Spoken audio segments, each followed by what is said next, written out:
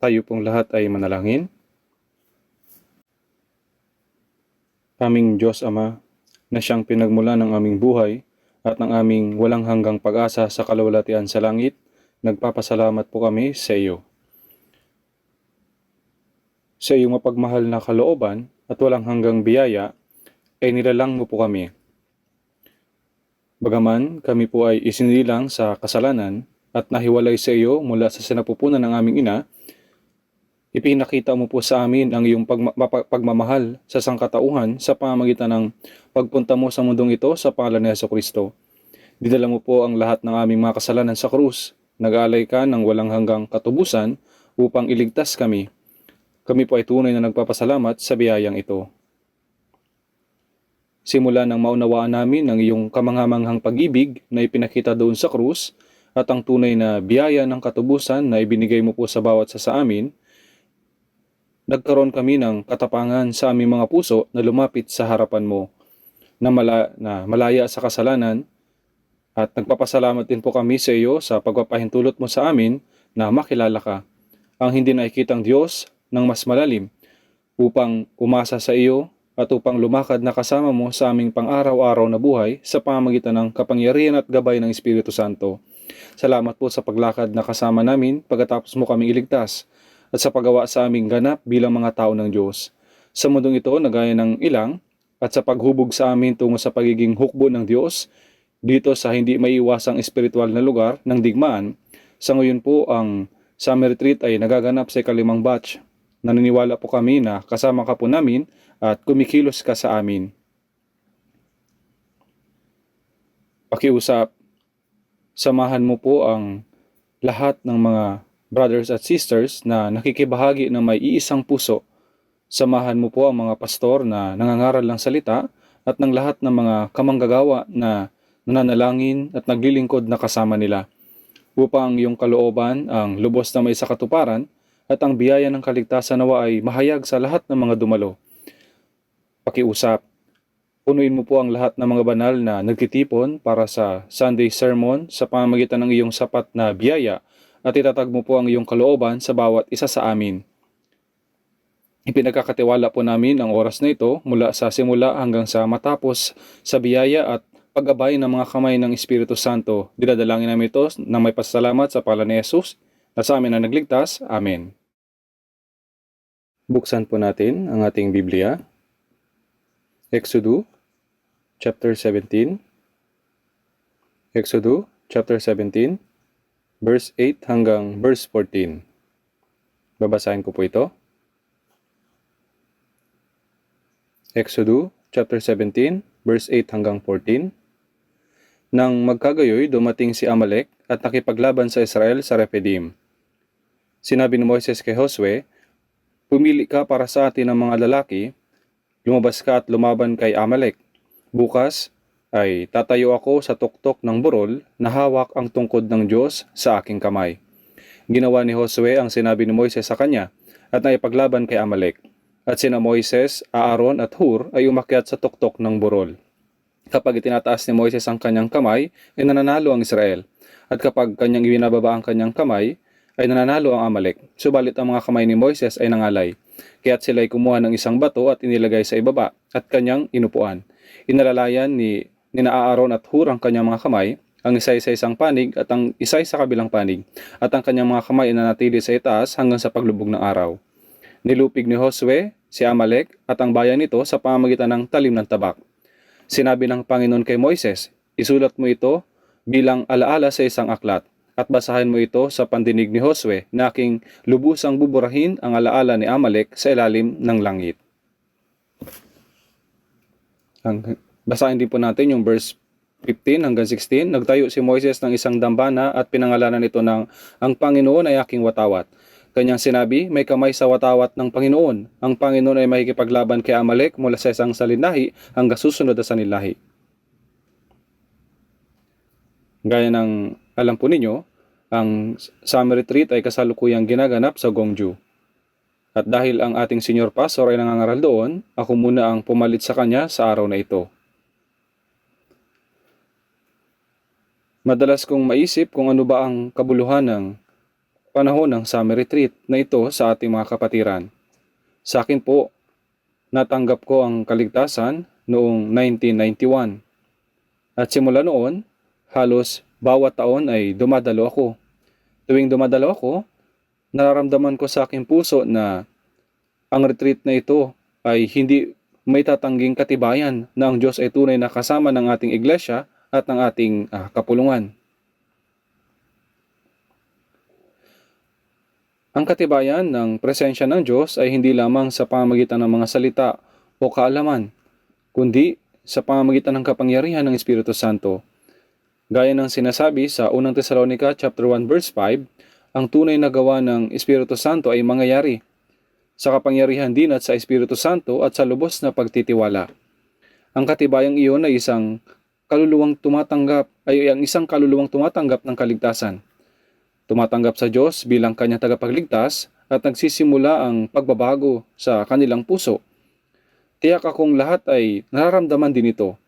Kahit na naligtas kayo sa pamamagitan ng ibang paraan, kung makikilaho kayo ng tapat sa summer retreat, tiyak na makikita po ninyo ang parehong himalang gawain na nangyayari sa akin, na nangyayari rin sa ibang mga baguhan na dumadalo. Ang summer retreat ay kasalukuyang nasa ikalimang batch, halos 12,200 katao ang dumalo sa unang batch. Halos nasa 13,800 katao sa ikalawang batch at halos nasa 12,400 sa ikatlo. At nung nakaraang linggo, labis kayong gumawa. Ang ikaapat na batch na nakasentro sa ating Seoul Central Church ay may dumalong 9,948 katao. Sa araw na ito, halos 10,900 katao ang nakikilahok sa ikalimang batch. Noong nakaraang linggo, weekdays ito ginanap kaya sa tingin ko, hindi madali para sa maraming tao ang makadalo. Ngunit kahit ganoon, maraming mga brothers at sisters ang nagsakripisyo ng kanilang mga schedule at pumunta upang makilahok sa gawain ng Panginoon. At tiyak na kahit napagod ang lahat noong nakaraang linggo, noong tinignan ko ang mga mukha ninyo ngayong umaga, mas mukha kayong masigla at puno ng kagalakan. Ang summer retreat ay maaaring pisikal na nakakapagod.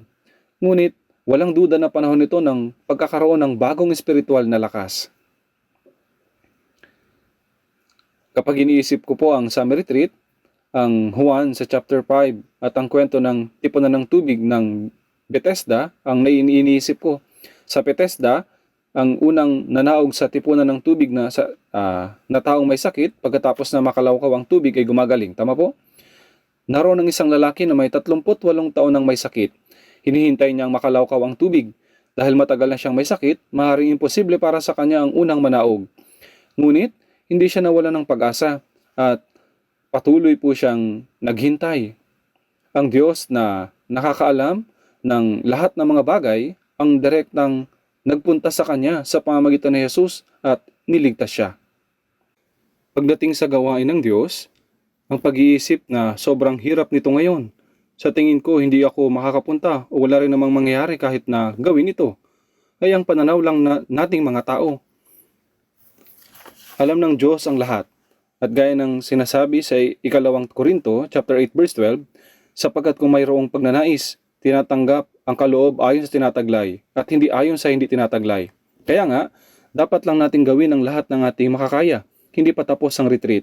Ngunit para sa hindi makadalo tuwing weekdays, may ika-6 at ika-7 batches pa na paparating. Umaasa ko na makikilahok tayo hanggang sa matapos upang ang inyong mahalagang prayer request para sa taong ito ay maisakatuparan. Sa araw na ito, gusto kong ibahagi ang mensahe base sa Exodus 17, verse 8 hanggang 16 na may pamagat na Jehovah Nisi. Ibig sabihin ng Jehovah Nisi ay ang Panginoon ay ang aking watawat. Ang watawat ay tumutukoy sa bandila ng isang kumikilos na hukbo. Nais kong magkaroon tayo ng maiksing fellowship sa ilalim ng temang ito. Ang Panginoon ay aking watawat. Sa Biblia, ang pangalan ng Diyos ay ipinakita sa iba't ibang anyo. Kumakatawan ang kanyang pangalan sa kanyang likas na pagka-Diyos, kung sino ang Diyos. Sa katunayan, tayong mga tao ay limitado. Maaari lang lating maintindihan ang mga bagay na nakikita ng ating mga mata. Dahil dito, napakahirap para sa atin ang maunawaan ng lubos ang salita ng Diyos, ang walang hanggang langit at ang likas ng Diyos at likas na pagka-Diyos ng Diyos. Isipin mo ang isang langgam na nagsisikap maunawaan ang isang elepante. Para sa langgam, labis na napakalaki ng elepante at wala pa itong nakikitang gayong nilalang. Kaya kahit na nakatayo ito sa harap ng elepante, hindi pa rin iyon makikilala. Maghahanap ito ng nagtatanong, nasaan ang elepante? Ngunit ang isang matalinong langgam na alam na ang tungkol sa elepante ay pwedeng magpunta at ipaliwanag ito sa langgam na hindi ito alam. Pwede niyang sabihin, hindi mo pa naiintindihan kung ano ang elepante. Sinikap kong pag-aralan ang tungkol dito at napakahirap na lubusang makilala ang elepante. Maaari mo nitong sabihin, ang binti ng elepante ay gaya ng napakalaking haligi, hindi gaya ng maninipis nating mga binti. Nilalarawan nito kung gaano ito kakapal. At ang likod nito ay gaya ng napakalawak na lupain. Kahit gaano ka maglakad, hindi mo mahahanap ang dulo. Maaring sagutin siya ng isang langgam, wow, may ganun ba talagang hayop na nabubuhay? Oo, meron. At ang mga tainga nito ay gaya ng mga kumakaway na pamaypay. May mga tainga ito? Oo, may mga antena lang tayo. Ngunit may mga tainga ang mga elepante. Ang pinaka-nakamamanghang nilang bahagi ay ang kanilang ilong. Marami itong ginagawa gamit ang ilong nito. Nakikinig sa salita ng mga tunog, gumihigop ng tubig para ipangwisik, nagpapahayag din ito ng mga emosyon. At lahat ng uri ng mga bagay ay ginagawa nito. Ang maliliit na langgam ay hindi lubusang maunawaan ang tungkol sa elepante ng minsanan, pero maaari nitong maintindihan ang bawat bahagi nito. Sinasabi sa Job 11:7-9, matatagpuan mo ba ang malalalim na bagay ng Diyos? Matatagpuan mo ba ang hangganan ng makapangyarihan sa lahat? Ito ay mataas kaysa langit, anong iyong magagawa? Malalim kaysa Sheol, anong iyong madalaman? Ang sukat nito ay mas mahaba kaysa lupa at mas malawak kaysa dagat. Lampas ang Diyos sa ating imahinasyon. Kaya nga pinag-aralan natin ang kanyang likas na pagka-Diyos paunti-unti sa pamamagitan ng kanyang mga salita. Sa una, may batayang pagkaunawa tayo sa likas ng Diyos na natutunan natin sa pamamagitan ng Bible Seminar. Maaaring karamihan sa inyo ay natutunan ng tungkol sa 8 mahalagang katangian. Ang mga naligtas sa pamamagitan ng Summer Retreat ay pwedeng mahirapan ipaliwanag ito ng malinaw. Ngunit sa inyong mga puso, ang konsepto ng siya ang Diyos na nasa Biblia ang nagkakaroon ng ugat. Ang pagkakaroon ng ganong konsepto sa inyong puso, iyon ay pananampalataya. Sinasabi sa Hebreo 11:1, ngayon ang pananampalataya ay ang katiyakan sa mga bagay na inaasahan, ang paninindigan sa mga bagay na hindi nakikita. Ang isang tao na may karanasan nito ay kayang may paliwanag ito sa pamamagitan ng pananampalatayang iyon. Kaya nga, ang unang bagay tungkol sa Diyos ng Biblia, at sinasabi natin tungkol dito sa Bible Seminar na siya ang Diyos ng katotohanan. Sinasabi sa Jeremias 10:10, ngunit ang Panginoon ang tunay na Diyos. Siya ang tunay na Diyos, hindi peke na relihiyosong Diyos. Noong una nating nakita ang Biblia, dapat nating tandaan na ang Bibliang ito ang katotohanan. Lahat ng mga makasanlibutang katuruan ay relihiyoso, at ang lahat ng mga buhay ng tao ay nabitag sa loob ng relihiyon. Ang sabihin ng sino man na wala siyang relihiyon ay isang kasinungalingan. Lahat ng tao ay may mga sariling pagpapahalaga at mga kaisipan na pinanghahawakan nila sa sarili lang paraan. Minsan habang nabubuhay ako, napaisip ako, walang anumang nilalang na mas komplikado pa kaysa sa tao. Bakit hindi pwedeng maging isa ang isipan ng mga tao? Pinag-isipan ko ito ng malalim. Ito lang nakaramdam ako ng pagdismaya. Nagtanong po ako sa AI. Uy, di ba may access ka na napakalaking bilang ng data? Tiyak na mas alam mo kaysa sa akin ang tungkol sa buhay ng tao. Bakit hindi pwedeng maging isa ang mga tao? Binigyan ako dito ng napakahabang paliwanag. Ngunit may isang punto na nakaantig sa akin. Nabubuhay ang tao na bitag ng pundasyon at ng mundong ginawa nila para sa kanilang sarili. Nakatali sila sa kanilang mga panagmulan, sa mga pagpapahalagang natutunan nila, at sa kapaligiran na kinalakihan nila. Sa totoo lang, iyon ang kanilang relihiyon. Ang pagsunod sa mga katuroang iyon, nabubuhay ang mga tao na hindi nilalaman ang katotohanan, lubusang walang malay sa katotohanan, kaya nga nabitag sila sa relihiyong ito sa kanilang buong buhay. Kahit na marinig nila ang katotohanan, iniisip nila, siguro nga at walang interes silang nakikinig. Pero habang nakakulong sila sa kanilang sariling mga relihiyon, marami sa huli ay namamatay nang hindi man lang lubusang nalalaman ng katotohanan. Sa mga nito lang nakarinig ng salita at ng ebanghelyo, dapat ninyong pagnilayan kung tinanggap pa ninyo ang Bibliang ito bilang ganap na katotohanan o simpleng tinitingnan ito bilang isang bahagi ng relihiyong tinatawag na Kristyanismo. Ang katotohanan ay naglalaman ng mga prinsipyo o simulain. Ang katotohanan ay bagay na dapat na malaman. Ito ang kaalaman, hindi lamang bulag na paniniwala. Sinasabi sa Juan 8:32, at inyong malalaman ang katotohanan at ang katotohanan ang magpapalaya sa inyo.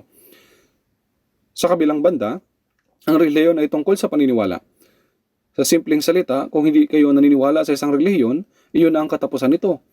Kahit gaano man sikapin ng isang tao na ipaliwanag ang kanyang pagpapahalaga sa kanilang mga anak, maaaring sabihin ng kanyang anak, tay, parang opinion nyo lang iyon. Pwedeng ganoon sa panahon nyo po, pero hindi na ganoon sa ngayon. Nung bata pa ako, akala ko ang Confucianismo ang ganap na katotohanan. Inisip po natin na ang dahilan kung bakit isinilang ako at nag-aaral ako ay dahil sa isinilang tayo sa lupa na may makasaysayang misyon ng pagpapanumbalik ng bansa. May malaking makasaysayang misyon pala ako. Lagi noong binibigkas ng lolo ko ang charter ng pambansang edukasyon at itinuro niya rin to sa akin. Kalaunan nung binalikan ko ito, napagtanto ko na wala itong kabuluhan. Kung lahat ay sinilang na may makasaysayang misyon para sa pagpapanumbalik ng bansa, kung gayon, sa buong 6,000 taon ng kasaysayan, bawat bumagsak na bansa ay palaging magsisikap na makuhang muli ang kanilang kalayaan para sa sarili nitong pagbangon. At gagawin nito ang mundo na ganap na walang katapusang kaguluhan. Kaya iniisip ko, sa tingin ko, hindi ito tama. Ang mabuhay sa ganoong maling katuruan ay katunayan ang kahulugan ng mabitag sa isang relihiyon. Pero nariyan ang katotohanan. Kahit maniwala kayo o hindi, dapat nyo itong malaman. Kung hindi, kayo lang ang maiiwang nasa pagkadismaya. At kung tatanggihan nyo ito, kayo rin lang ang magdurusa dahil dito. Ibinibigay ang katotohanan ng pantay sa bawat isa. Kaya nga, dapat nating malaman ang katotohanan ito. At inyong malalaman ang katotohanan at ang katotohanan na magpapalaya sa inyo. Malinaw na mga katotohanan ang naideklara sa Biblia. At habang natutunan natin ang mga ito, nang paunti-unti, narinig natin ang Ebanghelyo. Kaya nga, ang Diyos ng Biblia ang siya lamang nag-iisang tunay na Diyos. Ikalawa, ang Diyos ng Biblia ang Diyos na lumalang sa kalawakan at sa lahat ng mga bagay. Siya ang tunay na Diyos. Sa Jeremias 10 verse 11, ang mga Diyos na hindi gumawa ng langit at ng lupa ay malilipol sa lupa at sa silong ng mga langit. Lahat ng ibang mga Diyos ng mundong ito ay peke. May ibang Diyos ba na ibang relihiyon ang lumalang ng langit at lupa? Nasaan ang katibayan? Ang tunay na tagapaglikha ay dapat na magbigay ng katibayan. Na siyang lumalang ng lahat ng mga bagay ay hindi magkukulang ng katibayan.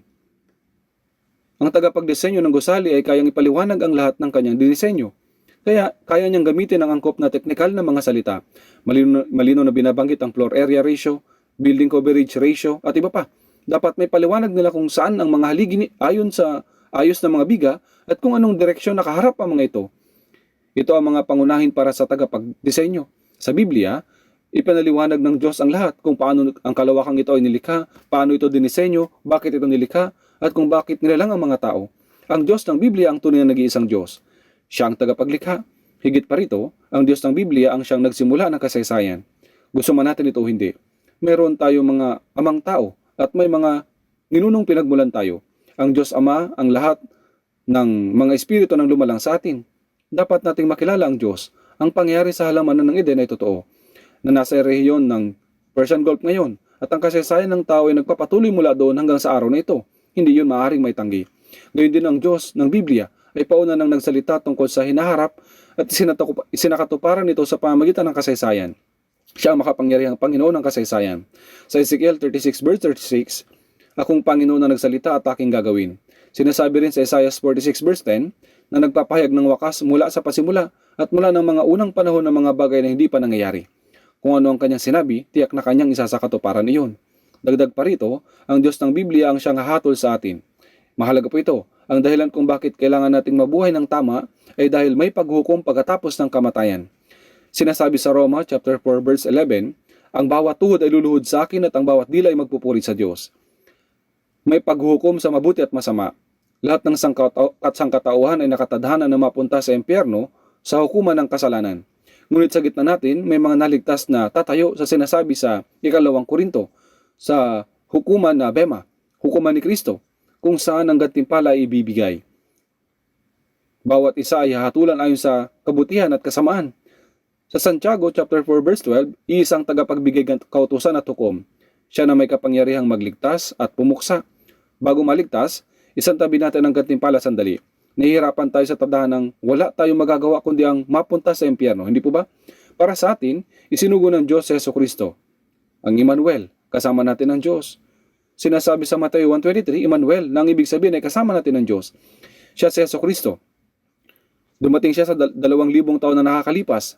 Tinubos niya tayo at isinakatuparan ng walang hanggang katubusan sa krus. Tinupad ang paraan para makapunta sa langit ang buong sangkatauhan. Dapat nating makilala ang Diyos ng kaligtasan. Ito ang Ebanghelyo, ang mabuting balita na nagpapahayag ng Diyos ng kaligtasan. Tunay na napakagandang balita nito. Sa huli, ang Diyos ng Biblia, ang Diyos ng buhay, gaya ng nasusulat sa unang 1, chapter 1. Ibinigay ng Diyos sa atin ang buhay na walang hanggan sa pamamagitan ng kanyang buhay. Sinasabi sa unang 1, chapter 1, verse 1 hanggang 2, yamang buhat sa pasimula na aming narinig, nakita ng aming mga mata, aming napagmasdan at nahipon ng aming mga kamay tungkol sa salita ng buhay. At ang buhay na ito ay nahayag, aming nakita, aming pinatotohanan at sa inyo'y aming ibinabalita ang buhay na walang hanggan na kasama ng Ama at sa amin ay pinahayag. Si Jesucristo ang salita ng buhay at ang walang hanggang Diyos. Sinasabi sa 1, chapter 5, verse 24, katotohanan sinasabi ko sa inyo, ang nakikinig ng aking salita at sumasampalataya sa kanya na nagsugo sa akin ay may buhay na walang hanggan at hindi darating sa katulan, kundi lumipat na sa buhay mula sa kamatayan. Kapag tinitingnan natin ang lahat ng ito, naunawa natin, ang Diyos ay nagbigay ng kanyang buhay na walang hanggan sa akin din. Kahit na wala akong ginawang anuman at nakinig lang ako ng salita, nakilala ko ang Diyos na nagligtas sa akin at nagmahal sa akin sa pamamagitan ng salitang iyon. Ito ang pag-ibig ng Diyos. Ang dahilan ng lahat ng ito ay ang kanyang pag-ibig. Sinasabi sa unang 1 chapter 4 verse 16, at ating nalaman at sinampalatayanan ng pag-ibig ng Diyos para sa atin. Ang Diyos ay pag-ibig. Habang nakikilala natin ang Diyos na siyang pag-ibig, malaking kaaliwan at kapayapaan ang sa huli ay papasok sa ating puso. Lahat ay naranasan ito. Tama po? Hindi po walang kabuluhan ang sinasabi ko. Tama?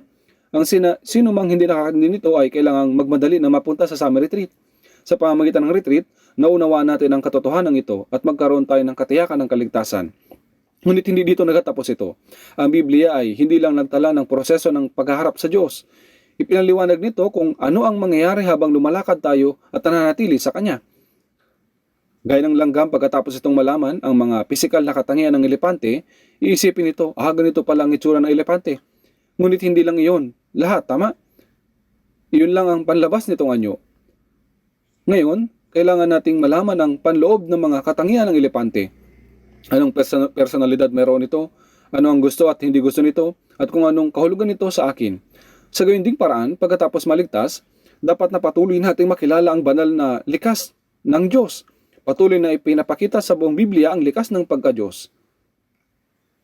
Kaya nga, sa pamamagitan ng proseso ng mga ama ng pananampalataya na lumakad kasama ang Diyos, nakita natin ang gayong mga aspeto ng nasa banal na likas ng Diyos.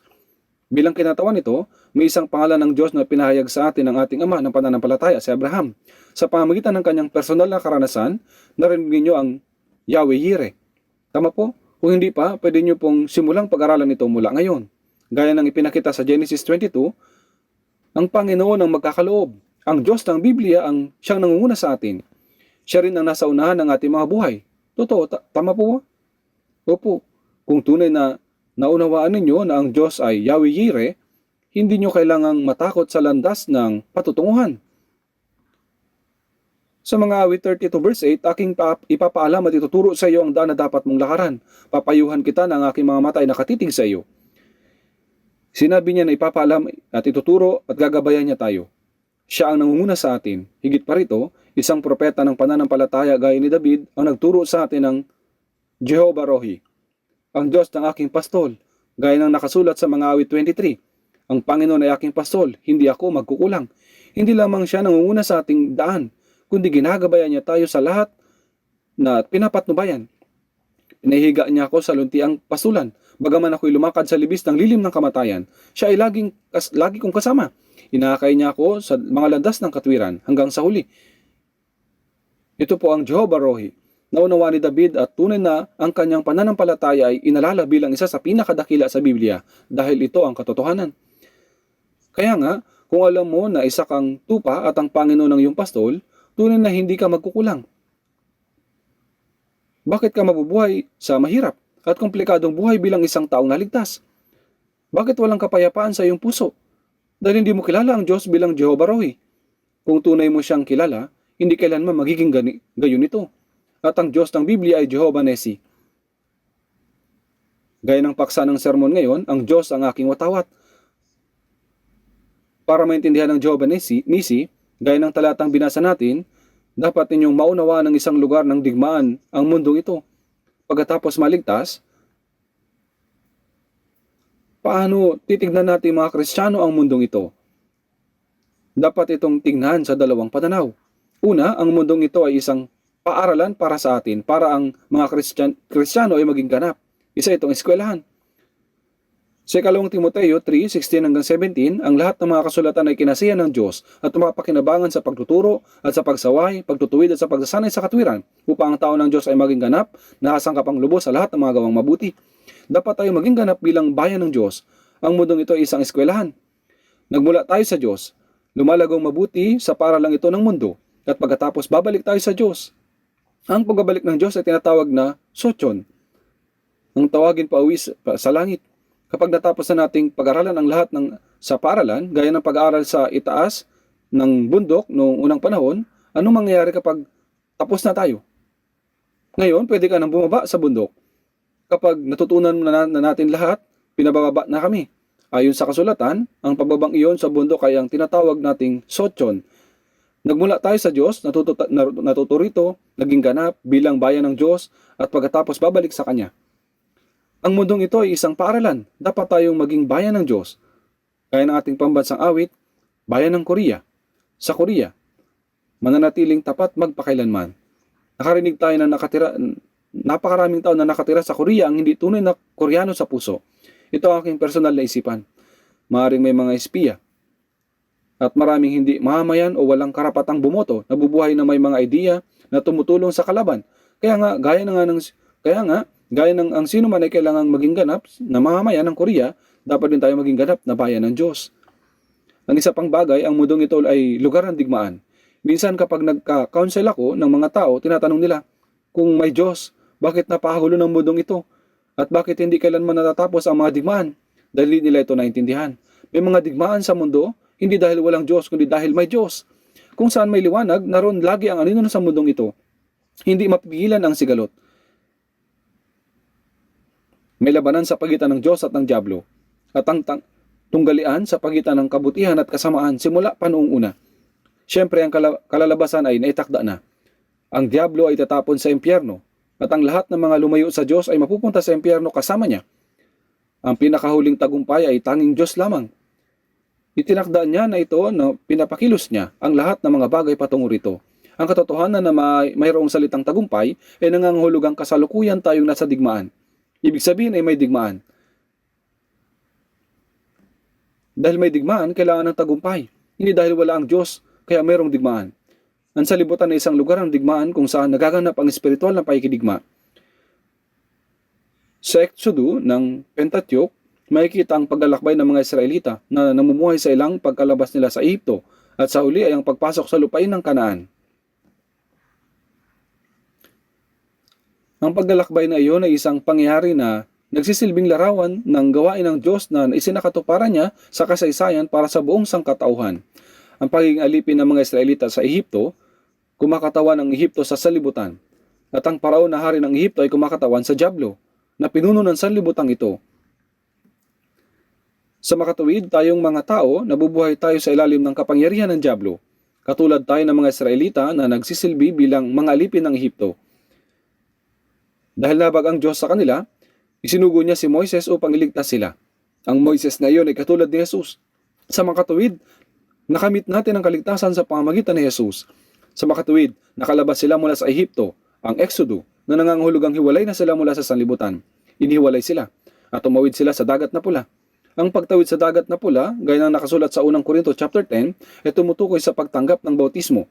Ibig sabihin ay pagputol sa ugnayan sa sanlibutan. Namatay na ako kay Kristo, at mabubuhay ako bilang isang tao ng Diyos. Ito ang pamumuhay ng isang bagong buhay. Gayunpaman, ito ang ilang na puno ng mga makamandag na ahas, mga lakdan at maraming mga panganib sa paligid. Doon nagsimula ang kanilang bagong buhay. Hindi may tatanggi na mahirap ang buhay na iyon. Gayunpaman, isang kamanghamanghang bagay ang sinabi ng Diyos tungkol sa kanilang panahon sa Deuteronomy chapter 8 verse 4. Ang iyong suot ay hindi na luma, hindi na maga ang iyong paa sa loob ng 40 taon. Lubos silang iningatan ng Diyos. Hindi may tatangging ilang ito na puno ng maraming panganib sa paligid natin. At tulad sa kasulatan natin ngayon, mayroong digmaan. Ngunit kahit na sa gitna nito, tayo ay iniingatan at binibigyan ng tagumpay. Hinahayaan niyang maranasan natin iyon. At hindi pa tapos ang digmaang ito. Matatapos ito sa ikalawang pagdating ni Jesus. Kaya nga, tayo mga seryosong nakakaalam ng katotohanan na ito ay isang digmaan ay dapat na maunawaan ang konsepto ng Jehovah Nissi, ang Panginoon ng aking watawat. Sa digmaan, ang kahulugan ng watawat ay nagsisilbi itong simbolo ng isang pangkat. Sa tuwing gumagalaw ang watawat, dapat sumunod ayon dito ang pangkat. Marahil alam na alam nito ng sino man na nakapagsilbi na sa militar. Pagpasok mo rito, magsusuot ka ng sagisag sa iyong balikat na dapat malinaw mong malalaman kung anong sangay, anong dibisyon at anong pangkat kakabilang. Kung hindi mo ito alam, isa kang tumakas na sundalo. Sa panahon ng digmaan, ang isang takas na sundalo ay binabaril ka agad kapag nakita siya dahil sa itong pagtataksil. Ang ganitong tao ay walang layunin o halaga. Dapat nalaman mo kung saan ka nabibilang at dapat ng kumilos na sumusunod sa watawat, nais mo man ito o hindi. Ang Christian life ay isang napakahalagang bagay. Hindi ito isang bagay na maaari mong piliin, gawin o hindi gawin. Nag-alilangan ako at nag-aalala kung ano ang magiging reaksyon ng mga bagong naligtas kung marinig ang tungkol sa digmaan katulad nito. Gayunpaman, pakiusap, tanggapin ninyo ito lang ng hanggang sa abot ng inyong maunawaan. Nanatiling malinaw na ang sanlibutan ay isang lugar ng espiritual na digmaan. Mayroong labanan. Dapat tayong sumunod kung saan kumikilos ang watawat. Sa katunayan, habang namumuhay sa Christian life, may partikular na kaisipan na dapat mayroon ng isang Kristiyano. Mayroon itong tawagin na isang pahayag bilang espiritu ng isang kawal, isang militar na isipan. Ganito ito kaseryoso at kahalaga. Sabay po nating pag-isipan ng Diyos na siyang Jehovah Nissi.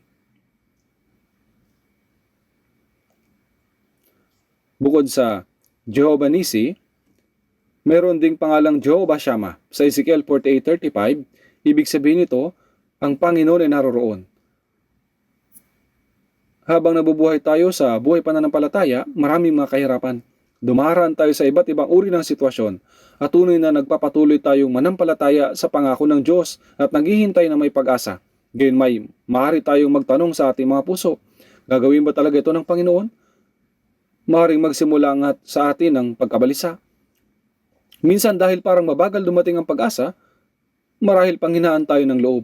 Ngunit dapat nating tandaan ito, ang Panginoon ay naroroon. Tiyak na siya ay naroroon. Kaya nga gaya ng sinabi sa Ezekiel 48:35, Jehovah Shammah, ang Panginoon ay naroroon. Sa dulo ng daan na ito, ang Panginoon ay naroroon. Sa dulo ng daang ating nilalakaran, tiyak na naroon ang Panginoon. Kaya tayo ay nagpapatuloy hanggang sa huli. Huwag huminto, huwag sumuko, at sa pagpapatuloy natin sa ating buhay pananampalataya, kapag dumaraan tayo sa iba't ibang uri ng kahirapan, bibigyan tayo ng kapayapaan ng Panginoon. Narinig na ba ninyo ang Jehovah Shalom? Sa Hukom 6:24, ibig sabihin nito, ang Panginoon ay kapayapaan.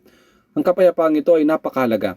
Kung ipapaliwanag natin ang kapayapaang ito sa pisikal na termino, para itong kalusugang pisikal. Madalas sinasabi ng mga tao, kung ang isang tao ay mawala ng kalusugan, mawawala sa kanya ang lahat. Sa katunayan, mayroong hindi mabilang na mga mikrobyo na nakapaligid sa atin sa mundong ito, bagamat hindi natin ito nakikita. Ngunit may kapangyarihan na kayang mapaalis ang mga mikrobyong ito. Tinatawag natin itong natural na kakayahang magpagaling ng ating katawan o immune system. Iyon ang kalusugan. Ang malusog na tao ay kayang labanan ang lahat ng ito.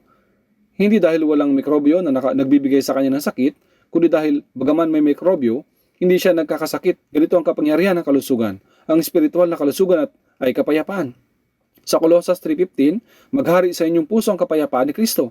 Silang mga nakaranas ng kahulugan ng Jehovah Shalom ay nagsisikap na mapanatili ang kapayapaang ito. Kapag napanatili ang kapayapaang ito, ang mga kahirapan ay hindi na mahirap. Maraming uri ng kahirapan, kasama ang kahirapan sa loob ng pamilya. May mga kahirapan din sa ating buhay pananampalataya. Minsan, pinagtataksilan tayo maging ng mga taong pinagkakatiwalaan natin. May iba't ibang uri ng kahirapan. Ngunit sa gitna ng lahat ng mga bagay na ito, Jehovah Shalom, pinapanatili ng Panginoon ang kapayapaan sa aking puso. Isaiah 26:3, iyong iingatan siya na ganap sa kapayapaan, na ang pag-iisip ay nanatili sa iyo. Kung malinaw nating naunawaan ng Jehovah Shalom, hindi mahuhulog sa panghihina ng loob ang ating mga puso. Mayroon ding Jehovah Rapha, ang Panginoon na nagpapagaling.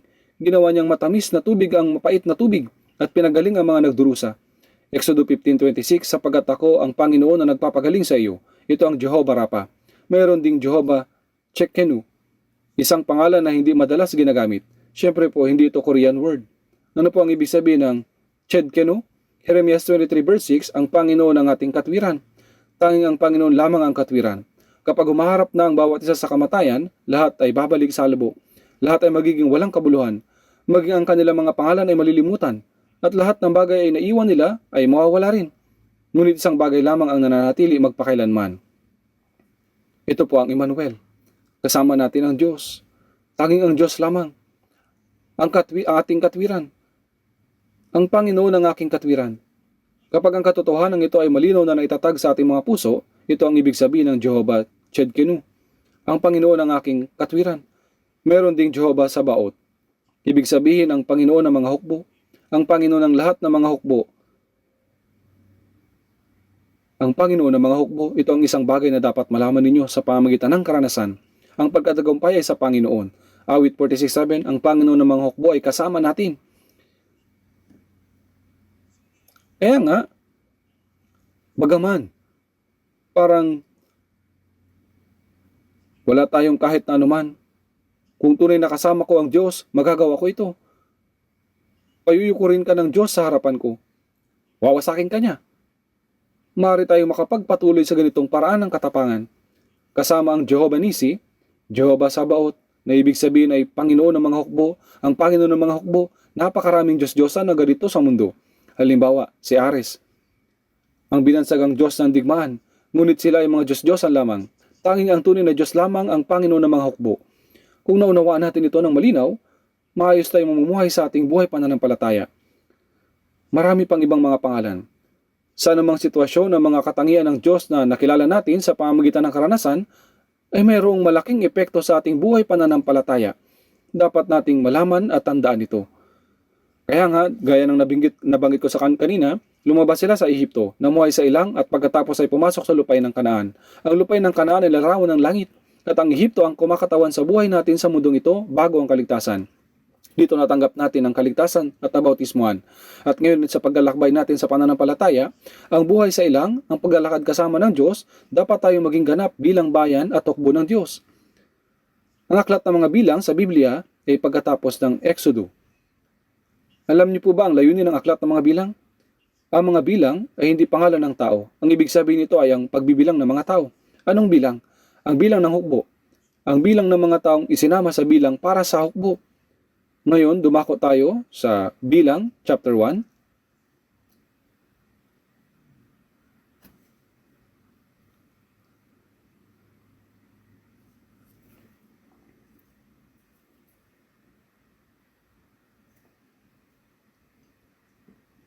Mga Bilang, chapter 1, verse 1 hanggang verse 4.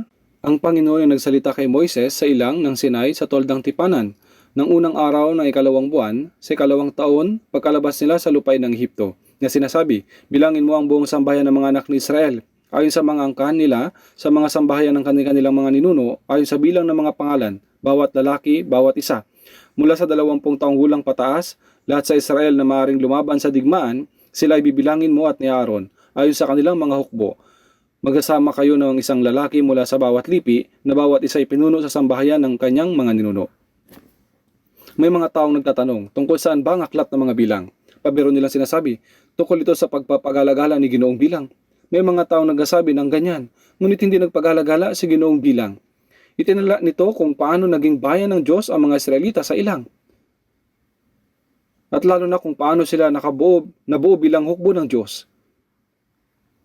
Noong una, ang bayan ng Israel ay isang magulong kapulungan. Ang magulong kapulungan iyon ay tunay na naging hukbo ng Diyos, sapagkat talagang kasama nila ang Diyos. Nangyari ang mga himala. At bagaman maraming labanan, gaya ng nakita natin sa mga talata ngayong araw, hindi ginawa ng Diyos ang lahat para sa kanila. Inutusan sila ng Diyos na lumaban. Pumili si Josue ng mga lalaki at humayo. Upang makipaglaban, dapat tayong lumaban. Sinasanay niya tayo, kasama natin ang Diyos at nagbibigay sa atin ng tagumpay kapag nakikipaglaban tayo. Ganyan ang proseso. Kapag iniisip natin ang mga tuntunin ng buhay, Kristiyano, marami ang may ganitong tamad na paraan ng pag-iisip. ganitong maling pagkaunawa. Alam ng Diyos ang lahat ng bagay, kaya naunawaan niya ang lahat ng mga kalagayan ko. Kaya siya na ang bahala sa lahat para sa akin. Ang ganyang kaisipan ay nagmumula sa dyablo. Basahin ninyo ng mabuti ang Biblia. Kung talaga namumuhay ka, makikita mong hindi ganyan. Sinasabi ng Diyos, kumilos ka. Awit 32 verse 8, aking ipapaalam at ituturo sa iyo ang daan na dapat mong lakaran. Sinasabi niyan sa atin na gawin natin ito. Ikaw ang gumawa. Dapat ikaw ang gumawa. Sa Mateo 7 verse 7, humingi kayo at kayo ay bibigyan. Humanap kayo at kayo ay makatagpo. Dumukto kayo at kayo ay pagbubuksan. Lumaban ka at ikaw ay magtatagumpay. Kung ano dapat mong gawin, gawin mo. Nang walang ginagawang anuman, sinasabi natin, Diyos ko, ikaw na pong bahala sa lahat sa akin. Nabibigo ka 100%. Sa katunayan, ibinibigay lamang ng Diyos sa taong iyon kung ano ang gusto niya. Ano ba talaga ang kahulugan kapag sinabing, ikaw na ang bahala sa akin? Kung tapat ating susuriin ng ating puso, ibig sabihin nito ay hindi ko ito kailangan. Kung nais mo itong gawin, ay gawin mo. Kung ayaw mo, ay huwag. Ganyan ang uri ng puso sa likod ng mga salitang, ikaw na ang bahala sa akin. Alam ng Diyos ang pusong iyon. Ganun ba? Hindi mo ito kailangan? Kung gayon, ibibigay ko mismo kung ano ang sinasabi mong hindi mo kailangan. Hahayaan ko ito gaya ng gusto mo. Kaya nga, nananatili na lamang sila sa kalagayang hindi nila ito kailangan. Kinakailangan ng Biblia ang pananampalataya sapagkat matatanggap natin ang kaligtasan kapag sumampalataya tayo. Ang hindi pagsampalataya ay nangangahulugang hindi ko ito kailangan. Kaya hinahayaan ng Diyos ang taong iyon na gaya ng gusto niya. Kaya nga sa huli, ang taong iyon ay hindi tatanggap ng kaligtasan. Hindi dahil tinanggihan siyang iligtas ng Diyos, kundi sapagkat ayaw niya ito. Sa Mateo 23:37, ayaw ninyo. Ibibigay ko sa inyo ang gusto mo. Sa Mateo 9:29, mangyari sa inyo ang ayon sa inyong pananampalataya. Ganito ang pananampalataya. Huwag dapat nating isabuhay ang ating pananampalataya ng hindi buong puso. Ang mundong ito ay isang paaralan at isa ring lugar ng digmaan. Habang tinitingnan natin ang mga talata ngayong araw mula sa pananaw ng lugar na ito ng digmaan, marami tayong matutunang mahalagang aral. Balikan po natin Exodus chapter 17 verse 8. Nang magkagayoy, dumating si Amalek at nakipaglaban sa Israel sa Rephidim. Biglang sumiklab ang digmaan. Bago ito sa Exodus, lumabas ang Israel mula sa Ehipto at tumawid sa dagat na pula. Nasaksihan nila ang kamanghamangang himala ng paghahati ng dagat na pula. Matapos maranasan ang dakilang himalang iyon, naglakbay pa sila ng kaunti at nang mawalan ng tubig, nagsimula silang magreklamo at humingi ng tubig. Kaya nagpalabas ng tubig ang Diyos mula sa bato. Naisip nila, may tubig na tayo ngayon, mabubuhay na tayo. Ngunit bigla kahit na hindi nila ginusto, nilusob sila ng mga Amalekita. Kapag sumiklab ang digmaan, sa gusto mo man o sa hindi, madadamay ka rito. Yan ang dahilan kung bakit nakakatakot ang digmaan. Maaari mong sabing, hindi pa ako handa. Ngunit yan ang iyong kalagayan. Basta na lamang sumasalakay ang kaaway.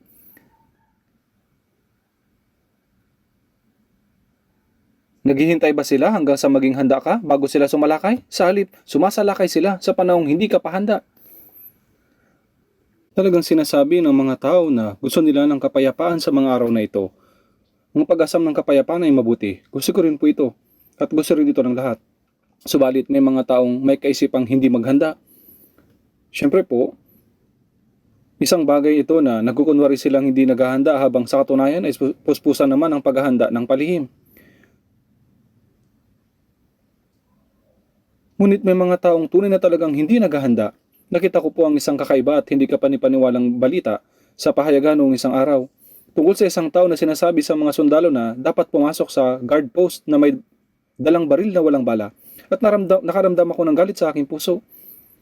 Anong klaseng tao ito? May ganoong uri ba ng commander? Kailangan niya makita ito mismo sa guard post. Malalaman niya kung pumunta siya sa guard post na may baril na walang bala. Yan ay pagkasabi na sa kanilang mamatay na lang sila. Habang mas sinahangad mo ang kapayapaan, mas dapat ka maging handa. Subalit ano naman ang mangyari, kapag sumiklab ang digmaan, wala kang magagawa kundi pumasok sa gitna ng kaguluhan ng digmaang iyon.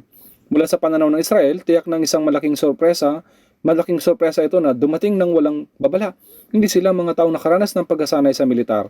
Ang lagi nilang ginagawa ay magbuhat ng mga bato at magsilbi bilang alipin. Ngunit biglang sumiklab ang digmaan. Tiyak na labis silang nataranta habang nagkakagulo sila at tumatakbo, sinabi ni Moises, Josue, lumabas ka.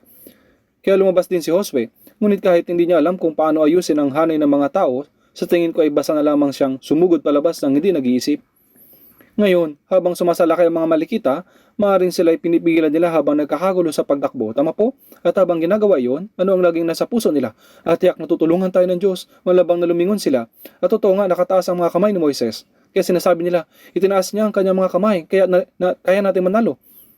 Nasigasig silang dumipensa ng buong lakas, ngunit kahit na lumaban sila, hindi ito maging madaling gawain.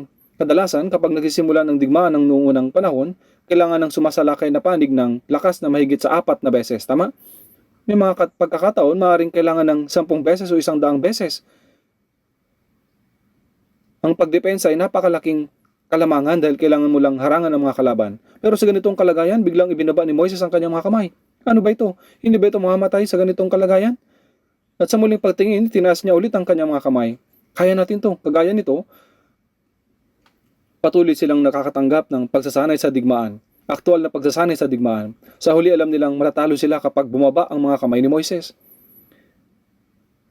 Hinawakan ng mga kasama niyang sina Aaron at Hur ang mga kamay ni Moises sa magkabilang panig. Hinawakan nila ang mga ito hanggang sa huli. Sa huli, sila ay nanalo. Nangangahulugan ito na matagumpay nilang may pagtanggol ang kanilang bayan. Hindi ito nangangahulugang nalipol nila ang kalaban, kundi napigilan nila ang mga ito. Ito mismo ang naging unang pagkikipaglaban ng Israel. Ngunit sinabi ng Diyos ang tungkol dito sa Exodus 17:14, isulat mo ito bilang alaala sa isang aklat at basahin mo ito sa pandinig ni Josue. At alalahanin ninyo si Amalek. Pahihirapan kayo ni Amalek mula sa isang henerasyon hanggang sa susunod. Ang lipin na dapat ninyong kalabanin mula sa isang henerasyon hanggang sa susunod ay si Amalek. Aking lubusang buburahin ng mga alaala ni Amalek sa ilalim ng langit. Dapat nating tandaan na mayroong digmaang espiritual sa ating paglalakbay sa pananampalataya. At dapat nating tandaan talaga na may mga pwersa sa paglalakbay na iyon na humahamon sa ating paglalakbay sa pananampalataya. Tinutukoy ng Biblia ang dalawang bansa, ang Amalek at ang mga Pilisteo. Siyempre po, maliban dyan, sa kasaysayan ng bansang tinatawag na Syria ay sumasalakay din. At kalaunan ng Babylonia o Assyria ay sumalakay din. Ngunit ang mga iyon ay mga makasaysayang pangyayari. At ang aktual na espiritual na aral ay nakasalalay kay Amalek at mga Pilisteo. Sa aklat ni Samuel, sinasaulat David ay inilarawan bilang mga halimbawa para sa ating lahat ng mga Kristiyano at pareho silang nagkaroon ng pakikipaglaban sa mga kaaway, kay Amalek at sa mga Pilisteo. Doon si Saul ay naitala na nabigo sa parehong digmaan laban kay Amalek at sa mga Pilisteo. Nanginig siya sa pakikipaglaban sa mga Pilisteo. At nang kailangan na niyang tuparin ang utos na lubusang lipulin ng mga Amalekita, hindi niya ito nagawa dahil sa sarili niyang mga iniisip. Sa huli, ibinagsak ng Diyos si Saul. Sa kabilang banda, dinurog ni David ang ulo ni Goliath sa digmaan laban sa mga Pilisteo at nagtagumpay siya. Nakamit niya ang isang tagumpay na tila imposible at kalaunan hinabol niya hanggang sa huli ang mga Amalekita na sumalakay sa kanyang kampo sa Siklag. Sa huli, nagapi niya si Amalek at nabawi niya lahat. Ang nanalo sa parehong digmaan ay si David. Maring sabihin si David ay isang halimbawa ng taong nagtatagumpay sa hanay ng mga Kristiyano at si Saul naman ay halimbawa ng taong talunan. Tayong lahat ay isang maharlikang pari sa unang Pedro chapter 2 verse 9. Sila ang mga naligtas na. Gayunpaman, maaaring may mga Kristiyanong lumalaban at nagkatagumpay sa pakikipaglabang espiritual at may mga Kristiyanong bigong magtagumpay. Ano ang nais na ipakahulugan sa atin ng dalawang bansang ito na nagsisilbing kinatawan, ang Amalek at ang mga Pilisteo? Ang Amalek na ito ay may tuturing na puwersa sa ating paglalakbay sa pananampalataya na humahamon sa akin mula sa loob ko. Ulitin niyo po, mula sa loob ko. Ang puwersang humahamon sa ating pisikal o laman. Yan po ay si Amalek. At sa kabilang banda, sino naman ang mga Pilisteo? Sila ang panlabas na nasa mundong ito. Makamundong otoridad, ang tinatawag nilang takbo ng kaisipan. Tama po? Mga pagpapahalaga. May kapangyarihang hindi nakikita na marahas na humahamon sa aking pananampalataya. Ito ang mga Pilisteo. Dapat nating mapagtagumpayan ang dalawang ito.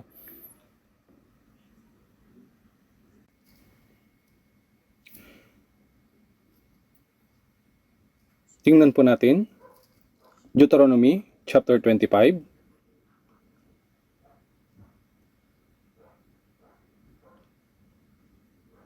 Deuteronomy 25:17 hanggang 19.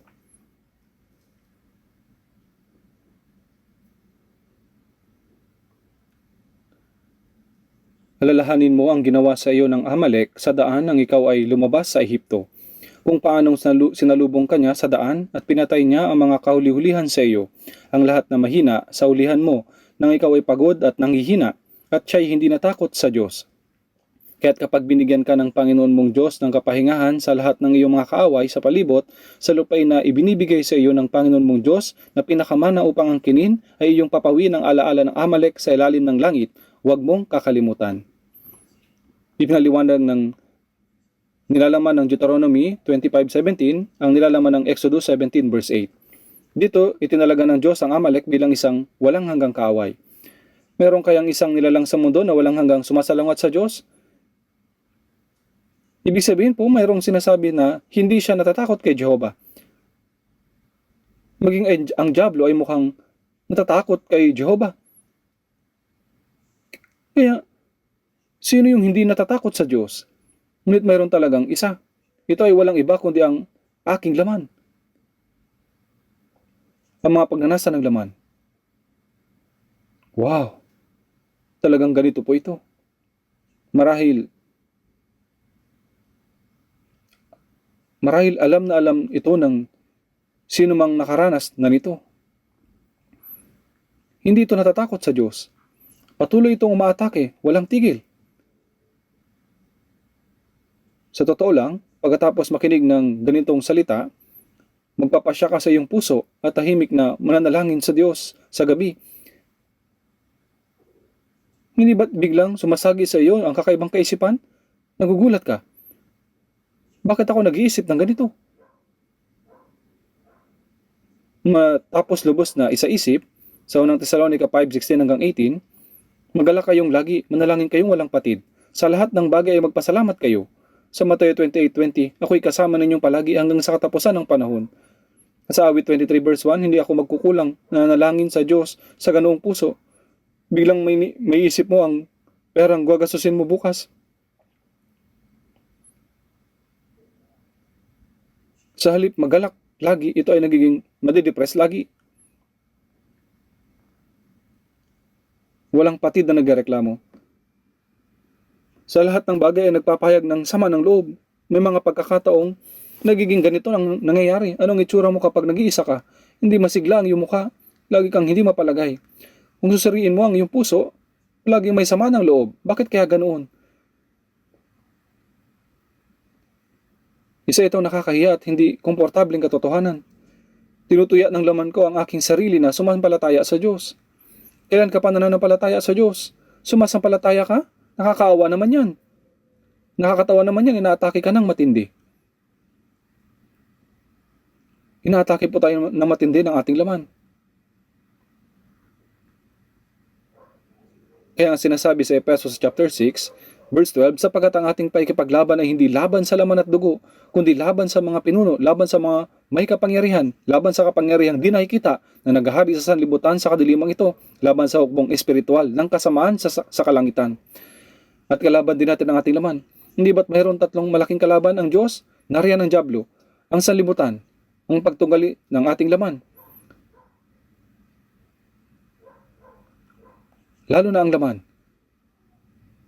Ito ang pinakamalaking problema. Ang nakakatakot na kalaban ay ang kalaban na pinakamalapit sa iyo. Tama ba? Ginagawa nitong mahirap ang bagay para sa akin. Hindi ito natatakot sa Diyos. At kapansin-pansin ang laman na ito ay matapang. Madali itong naglalagay ng napakalaki, mahirap, at matinding kasalanan sa loob ko nang walang alinlangan.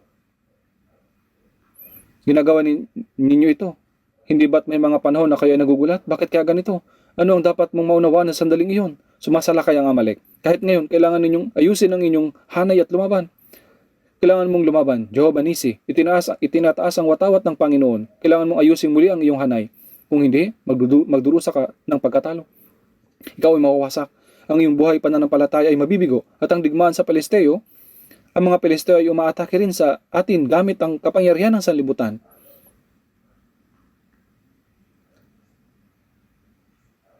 Yung mga Palesteo po umaatake rin sa atin gamit ang kapangyarihan ng sanlibutan. Tingnan po natin, unang Samuel chapter 17.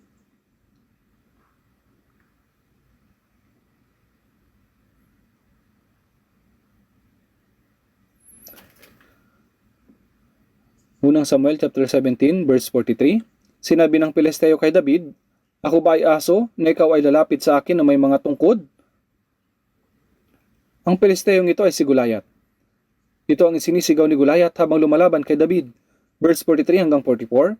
At nilait ng Pilisteo si David sa pamamagitan ng kanyang mga Diyos. Sinabi ng Pilisteo kay David, "Halika at ibibigay ko ang iyong laman sa mga ibon sa iyong papawid at sa mga hayop sa parang." Basahin po natin 45 hanggang 47. Pagkatapos ay sinabi ni David sa Pilisteo, "Lumalapit ka sa akin na may tabak, may maliliit at malalaking sibat. Ngunit ako'y lumalapit sa iyo sa pangalan ng Panginoon ng mga hukbo. Ang Diyos ng mga hukbo ng Israel ay iyong hinahamon. Sa araw na ito ay ibibigay ka ng Panginoon sa aking kamay, at ibubuwal kita, at pupugitin ko ang ulo mo. Ibibigay ko ang mga bangkay ng hukbo ng mga Pilisteo sa mga ibon sa iyong papawid, at sa mga bangis na hayop sa lupa, sa araw na ito, upang malaman ng buong lupa na may Diyos sa Israel. At upang malaman ng buong kapulungan ito na hindi nagliligtas ang Panginoon sa pamamagitan ng tabak o ng sibat. Ang labanang ito ay sa Panginoon at ibibigay niya kayo sa aking kamay."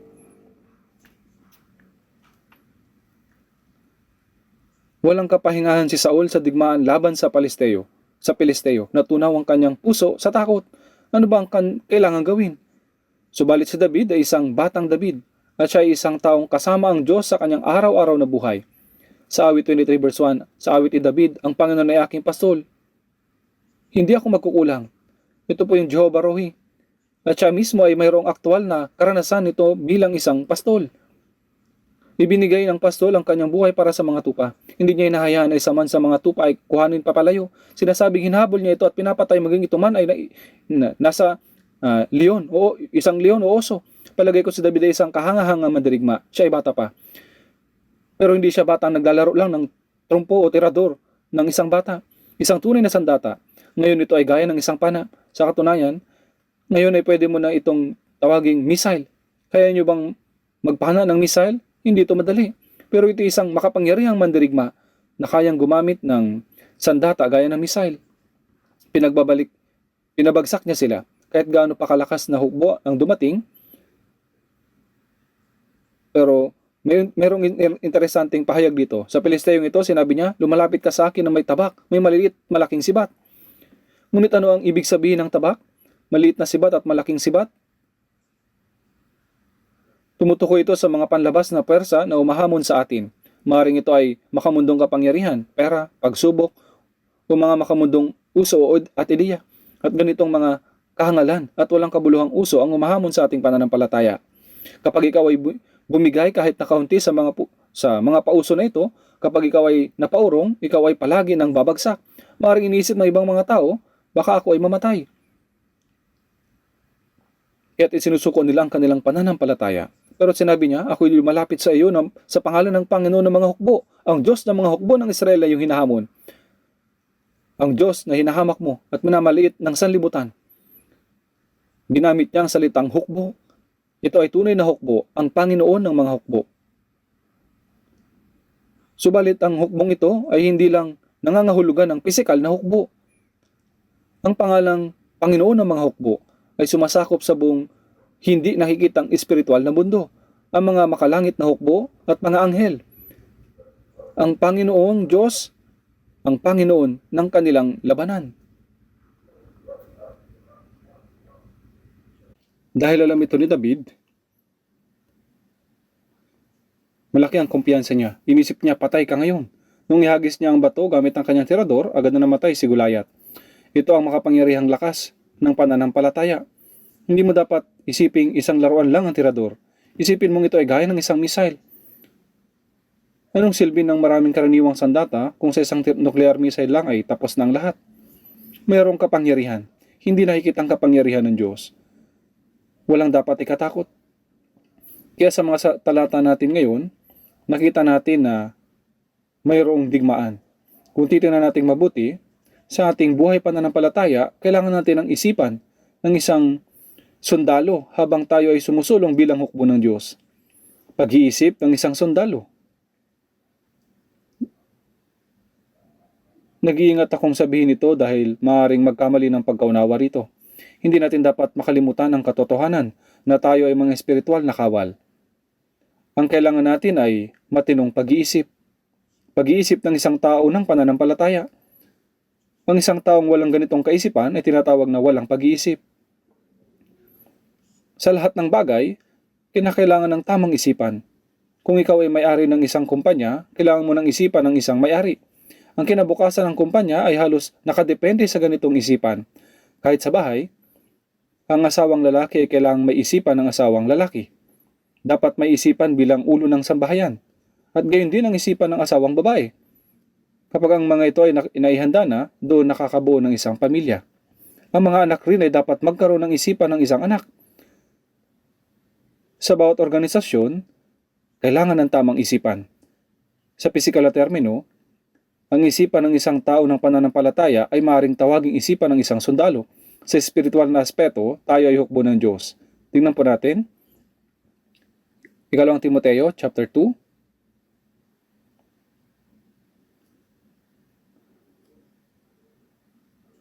Ikalawang Timoteo chapter 2 verse 3 at 4.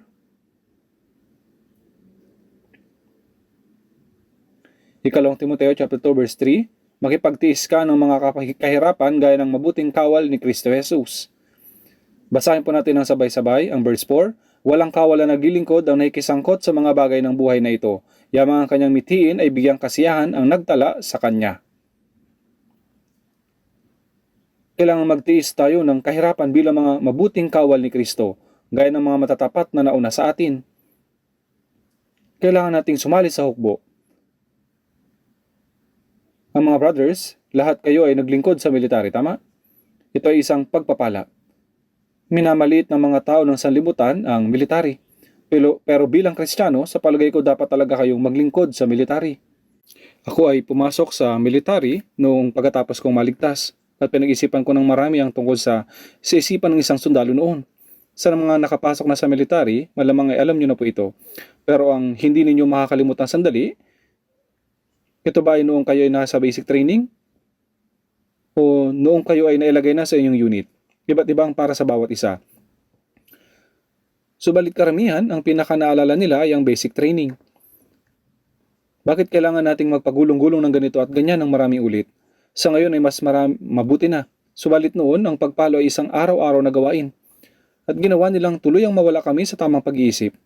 Subalit ito ay itinuring na normal. Para ang ganitong mga kahirapan ay madali na lang makita sa mga military training sa ngayon. Noong unang pagkakataon ko na mag-aral ang military science at ng panahon upang makilala ang aming drill instructor, doon nagsimula ang aking tunay na pagsasanay bilang isang sundalo. Kaya ako ay labis na kinabahan. Pagkatapos ko magsanay ng matindi mula sa aming mga senior officer at makaramdam ng sobrang tensyon, ako at ang kasama kong sundalo ay tumayo upang salubungin ang mga drill instructor. At pumasok ang aming drill instructor. Ang aming mga mata ay nagliwanag at napuno ng tensyon. Tinignan niya kami na sandali at biglang nagtanong siya ng isang tanong. Ano ba ang tamang pag-iisip ng isang sundalo? Noon, kapag may dumaraan sa harapan namin na nakakataas sa amin, dapat agad naming isigaw ang aming ranggo at pangalan. Subalit siya ay biglang nagtanong sa amin tungkol sa kung ano ang tamang pag-iisip ng isang sundalo. Mayroong isang bagay na talagang kinabisado namin.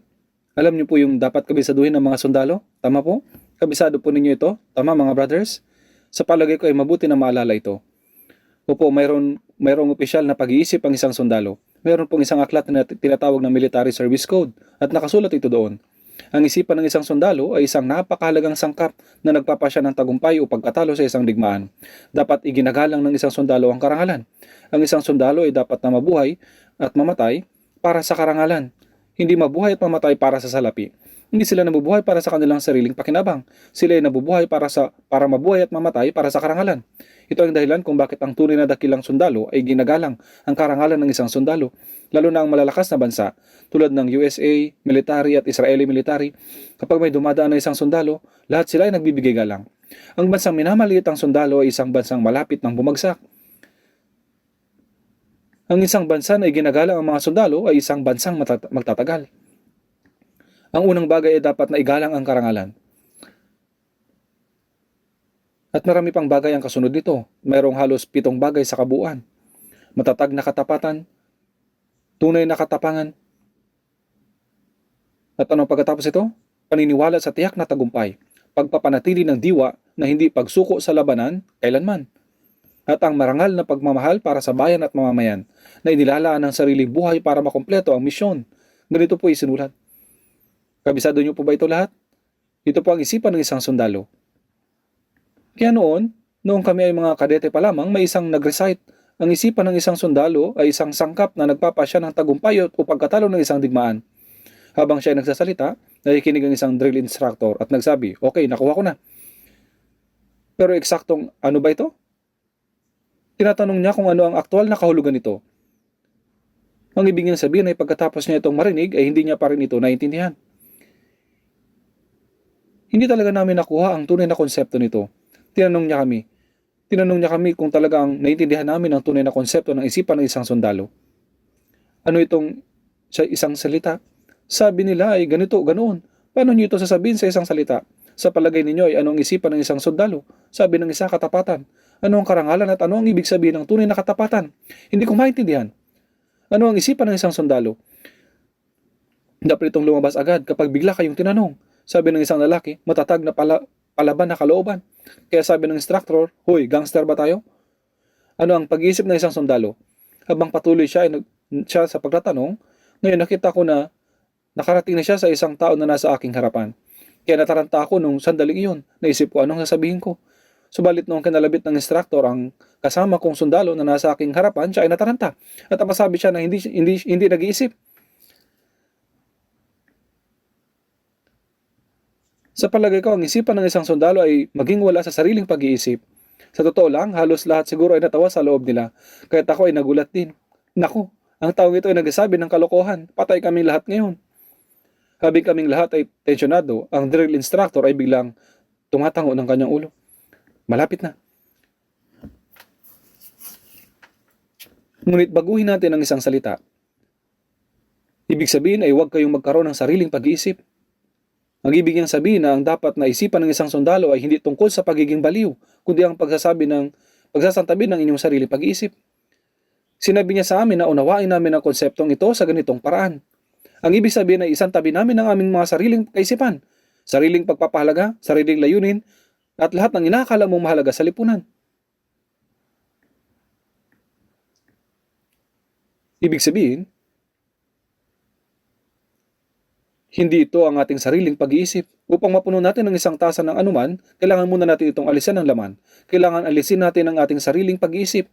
Doon lamang mabubuo sa atin ang tunay na isipan ng isang sundalo. Naalala ko pa rin ito hanggang ngayon. Kung isasatabi natin ang ating mga sariling kaisipan, sinasabi nila na ang mga nakasanayan natin bilang sibilyan ay unti-unti nawawala. Tama po ba? Habang nawawala ang ating mga nakasanayan, ang mga mahalagang bagay para sa isang sundalo ay nabubuo. At pagkatapos sasabihin ng mga tao na ngayon ay mukha ka ng tunay na sundalo. Sa tuwing mayroong mangyayaring anuman, palagi tayong may sariling kaisipan. Paano kapag nangyari ito? Kailangan kong malampasan ito ngayon na isinasatabi ang ating misyon. Kailangan kong mabuhay. Ang aking minamahal na asawa ay naghihintay sa akin sa aming tahanan. Mayroon akong mga anak, kaya hindi ako maaaring mamatay. Kung pupunta ako doon, mamamatay ako. Kung patuloy akong mag-iisip ng ganito, wala kayong may isa sa katuparan na kahit na ano. Ang isipan ng isang sundalo ay paniniwala. Ito ang paniniwala na tanggihan mo ang iyong sarili at kumilos pasulong. Hindi niyo alam kung ano ang mangyayari sa daan. Subalit ikaw ay sinabihan na humayo. Kaya dapat kang humayo, nadala ang iyong baril.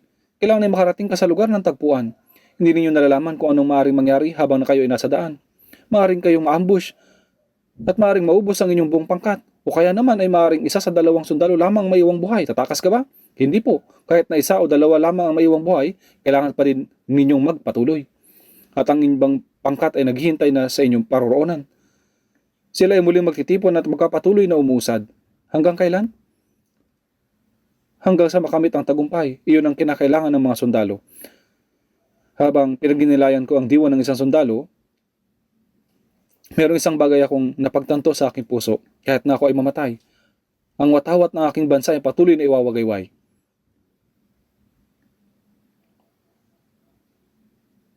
Ito ang paniniwala na nakapaloob sa diwa ng mga sundalo. Kung mayroong magtanong sa akin ngayon sa ganitong paraan, ko ito ipapaliwanag. Mahigit 20 years na po ang nakalipas, mayroon po akong nakausap na veterano ng Korean War. Siya po ay matanda na, mahigit 70 years old na po siya. Sa palagay ko po ay pumanaw na siya. Noong siya ay umakyat sa isang burol, siya ay sumaludod sa tagsimulang umiyak. Hindi ko po maunawaan kung ano ang kanyang nararamdaman, kung ano ang kanyang pinagdadaanan sa kanyang puso. Kaya habang kami kumakain ay tinanong ko siya kung ano ang nasa kanyang puso habang siya ay nakikipaglaban noon. Tinignan niya ako at ng diretso at sumagot ng isang pangungusap. Iniisip ko ang aking sariling bansa.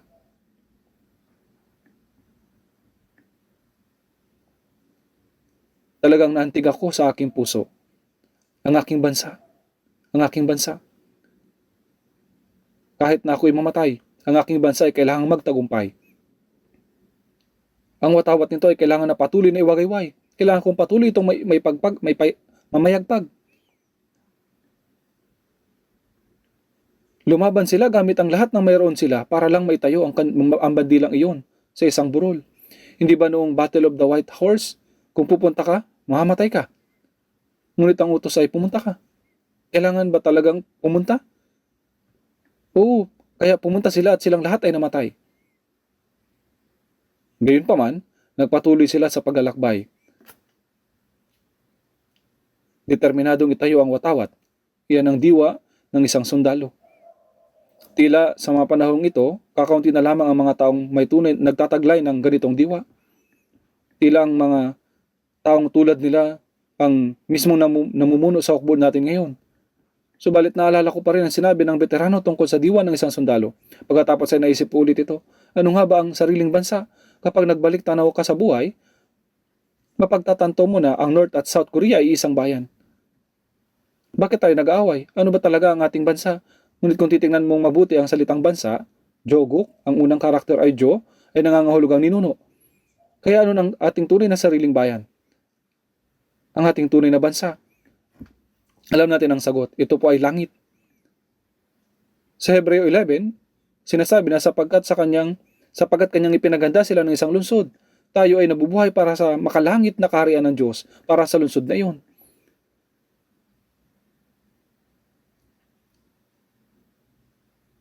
Siyempre po kailangan nating kilalanin ang pampulitikang otoridad ng ating bansa sapagkat sinasabi ng mga kasulatan na dapat tayong magpasakop sa mga namumuno sa atin, kaya dapat lang natin itong gawin.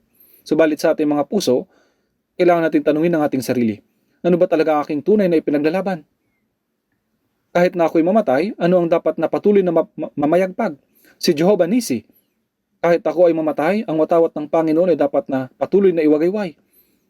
Ang makapagpatuloy na may ganitong pagpapasya, ang pinakanadiwa ng pagiging sundalo. Ngayon, ibalikan po natin ang ating pangunahing talata. Kaya kapag nababasa natin ang pangalan na Jehovah Nisi, ano ang sinasagisag ng watawat? Para saan ako dapat mabubuhay? Ang digmaan lang laban sa Amalek, ang nagpapaalala ng katotohanan ito sa ating mga puso. Patuloy na itinatatak ng Diyos ang katotohanan ito sa puso ni Josue. Bakit? Dahil kalaunan ay talagang makakapasok si Josue sa lupay ng Kanaan at pangungunahan ng pagsakop ng mga bansang Kananeo. Magiging commander nila si Josue. Ipinahintulot sa kanya ng Diyos na maranasan niya ito. Ang Panginoon ay aking watawat. Gawin itong alaala kay Josue. Ulitin sa kanyang pandinig. Sinabi sa kanya ng Diyos, ang digmaan ay magpapatuloy hanggang sa katapusan. Huwag mong kalilimutan yan. Hindi lamang basta nakikipagdigma ang Diyos para sa atin ng mag-isa. Siyempre po, kaya niyang gawin ito. Kapag dumating ang panahon, pwede niyang gawin gaya ng ginawa niya sa 185,000 na hukbo ng Assyria at winasak sila sa loob ng isang araw. Ngunit hindi siya madalas na kumikilos ng ganito. Nakikidigma ang Diyos kung paanong nakikipagdigma tayo. Kapag tumitingin tayo sa Panginoon, sa ating watawat, malalaman natin na sa pamamagitan ng gawain ng Diyos ng pagtubos sa buong kasaysayan ng kaligtasan at sa kasaysayan ng Ebanghelyo ay mayroong walang tigil na espiritual na digmaan. Hindi kailanman ipinasa sa atin ang Ebanghelyo ng walang kapalit. May isang taong kailangang ibigay ang kanyang buhay. Ang digmaan ay palagi may kasamang pagdanak ng dugo. Ito ay likas sa digmaan. Laging kaakibat ang digmaan ng kamatayan at pagkawasak. May mga nasasawi lagi. At sa mga nakaligtas, nasa kanila ay pinagkatiwala ang responsibilidad na ipasa ito sa susunod na henerasyon. At pagkatapos, kapag dumating ang kanilang oras, sila rin ay aalis. May isang pahayag na aking bayan. Mayroon pang nagsulat ng tula tungkol dito. Habang nakinig ako sa veteranong iyon, naunawaan ko, maaaring ito talaga nasa kanyang puso. Nanatili ito sa isip ko hanggang sa araw na ito. Sa espiritual na espeto, bawat maayos na Kristiyano ay dapat na magtaglay ng pag-iisip ng isang espiritual na sundalo. Kailangan nating kilalanin na ito ay isang espiritual na digmaan. At para sa isang sundalo, ang pagkasakripisyo ay hindi tinuturing na isang sakripisyo, kundi ito'y talagang inaasahan. Gaya ng nasusulat, kaya't ang kamatayan ay gumagawa sa amin, subalit ang buhay ay sa inyo. Ito ay natural lamang. Sa inyo na nakapaglilingkod sa military, maalala ninyo ang linya mula sa Arilman. Ang aking mga kapatid na lalaki at babae at ang pamilya ko ay nasa bahay at mahimbing na natutulog dahil nagtitiwala sila sa akin. Ito ang dapat gawin ng isang sundalo, magbantay at manatili sa pwesto. Para sa kapakanan ng mga mananampalataya sa inaharap na inihanda ng Diyos sa kasaysayan ng Ebanghelyo at para sa mga bagong kaluluwa na maliligtas, dapat tayong makibahagi sa gawain ito. Hindi natin may tatanggi na ang summer retreat ay bahagi ng espiritual na paikipagdigma. Ngayon, balikan po natin Exodus chapter 17, verse 9. Sinabi ni Moises kay Josue, pumili ka para sa atin ng mga lalaki. Lumabas ka at lumaban kay Amalek, bukas ay tatayo ako sa taluktok ng burol na hawak ang tungkod ng Diyos sa aking kamay. Sinabi ni Moises, pumili ka ng mga lalaki at lumabas kayo upang lumaban sa Amalek. Pumili ng mga lalaki at lumaban sa digmaan. Naniniwala po ako na ito ang pamamaraan ng Diyos.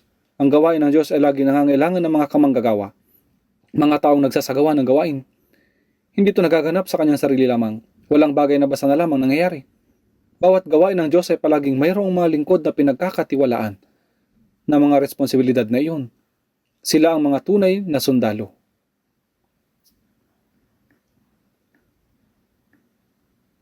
Bawat isa sa atin ay dapat na naglilingkod sa anumang paraan. Ngayon ako rin naglilingkod sa lugar na ito, nalaman ko na sa likod nito, mayroong malaking bilang ng mga tao ang gumagawa upang maging posible ang ating summer retreat. Nagkaroon ng 5 beses na maagang paghahanda.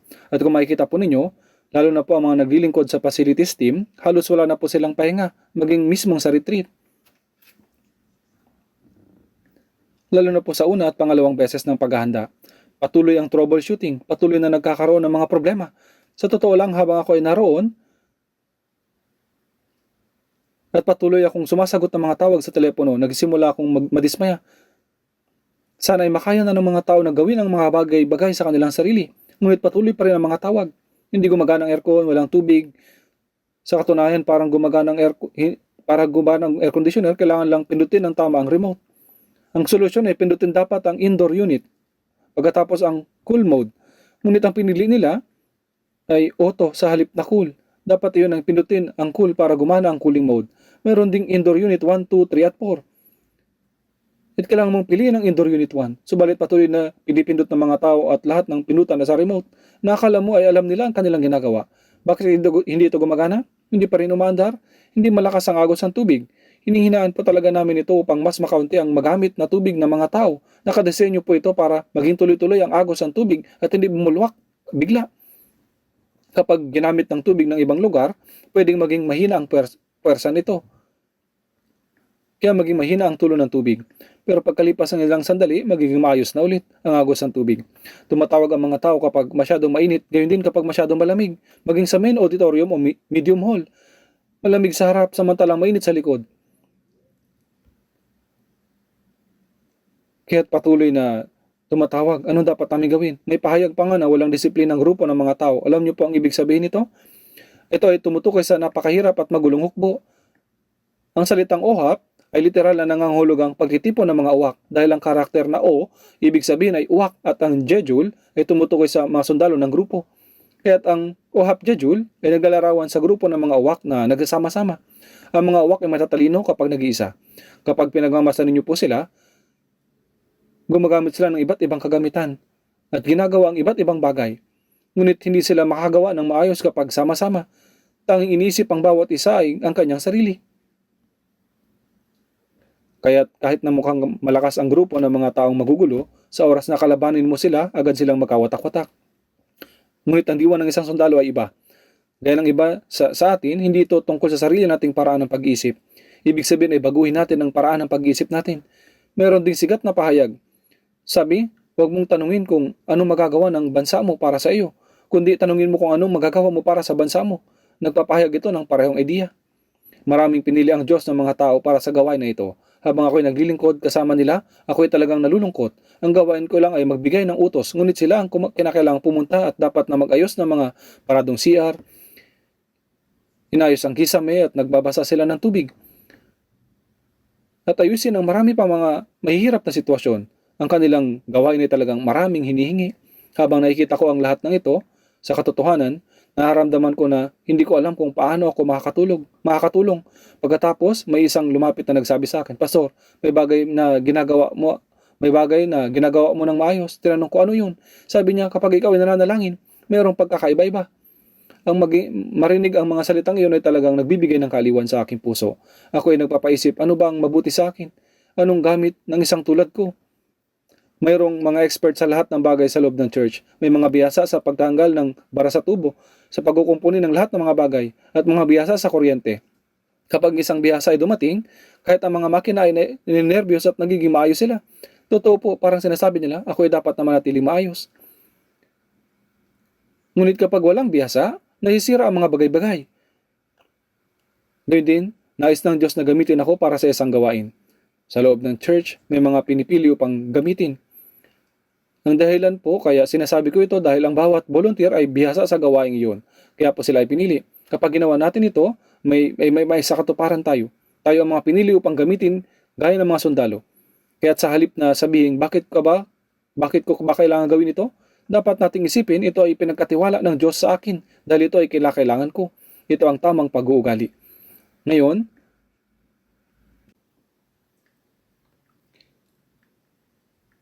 balikan po natin ang ating pangunahing talata. Pumili ka para sa atin ng mga lalaki, lumabas ka at lumaban kay Amalek. Silang mga pinili at silang mga humayo na nakakalam na ito ay gawain ng Panginoon sa pamamagitan nila na ikipaglaban sa digmaan. Tingnan po natin verse 10. Ginawa ni Josue ang sinabi ni Moises sa kanya at nagkipaglaban kay Amalek, at sina Moises, Aaron at Hur ay umakyat sa tuktok ng burol. Kapag itinataas ni Moises ang kanyang kamay ay nananalo ang Israel, at kapag kanyang ibinababa ang kanyang kamay ay nananalo ang Amalek. Ito po ang punto na dapat nating maalala tungkol sa Jehovah Nisi. Kahit na may isa sa katuparan ng Diyos ang kanyang gawain, dapat na may mga taong makikilahok. Mula sa tagumpay natin sa digmaan, dapat nating maalala na ang pakikiisa ay kinakailangan. Napansin ko na sa summer retreat na ang mga volunteer ay may mga suot na t-shirts kung saan nakasulat ito, hindi ko kaya. Subalit kaya natin. Hindi ko ito magagawang mag-isa, subalit kaya nating gawing magkasama. Tama po ito. Sa gawain ng Diyos, ang paggawa ng magkakasama ay tunay na kalakasan. Huwag nating isipin na maliit na bagay lang ang pagkakaisa. Mayroong kasabihan, many hands make light works. Mukhang maliit na bagay lamang, subalit kapag tayo ay gumawang sama-sama, malaking gawain ang matatapos natin. Ang bawat sundalo ay sinusuri. Sa huli, bawat isa ay tatanggap ng parangal. Nitong mga nakaraan lang po, nakatanggap ako ng tawag. Habang nasa bahay ako, mula sa aking anak na nasa military service. Tuwing makakadinig ako ng tawag mula sa military service ay kinakabahan ako. Madalas na hindi sila tumatawag dahil sa mabuting balita. Madalas ay pagkatapos ng isang aksidente. Kaya binati ko ang aking anak na tinanong, ano ang nangyari? Biglang naging napakasaya ng kanyang tinig. Sabi ng anak ko, Tay, mayroon bang namatay o nawala mula sa pamilya natin noong Korean War? Sinabi ko sa kanya, wala. Ay teka, meron yung tiyuhin ko. Nakatatandang kapatid siya ng tatay ko. Sinabi ko iyon sa kanya. Nadinig ko mula sa lolo mo na nasa university, isang senior siya. Nang siya ay sumali sa digmaan bilang sundalong estudyante at siya itinalang nawawala pa noon. Dahil sa sakripisyo ng aking tiyuhin, binigyan ng bakasyon ang aking anak. Hindi siya direktang tiyuhin ng anak ko at hindi siya regular na sundalo. Pero pagkatapos ipadala ng talaan na nawala siya sa panahon ng digmaan, binigyan ng anak ko ng isang araw ng kabakasyon. Naisip ko na ang ating bansa ay magandang bansa at ang military service ay makabago. Walang anuman na nawawala ng kabuluhan. Maging ang maliit na bagay ay naalala at ginagantimpalaan.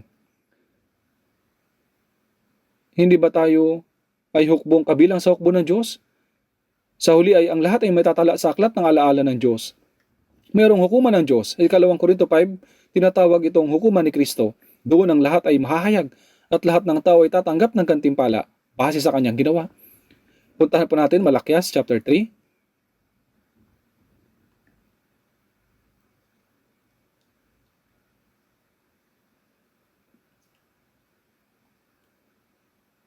Malakias chapter 3 verse 16.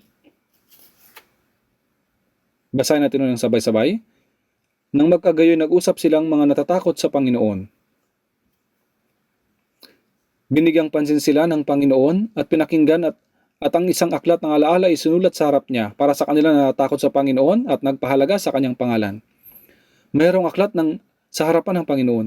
Silang mga hindi naligtas ay mayroong talaan ng kanilang mga kasalanan at iyon ay nakakatakot para sa kanila. Subalit para sa mga naligtas, hindi ang aklat ng kasalanan ang mahalaga sa atin, kundi ang aklat ng alaala. Ang aklat ng alaala sa harapan ng Panginoon. Ang aklat na kung saan nakatala ang mga gawain ng Ebanghelyo. Kung titignan ang kasaysayan ng tao hanggang sa ngayon, ito ay matatawag na kasaysayan ng mga digmaan. Sa digmaang espiritual na iyon, ang kasaysayan ng Ebanghelyo at ng katubusan at ang mga buhay ng mga tapat na tao na namuhay sa bawat henerasyon ay nakatala. Ito din ang kasaysayan ng iglesia. Ang kasaysayan ng Ebanghelyo ay konektado sa iglesia ng lahat ng panahon.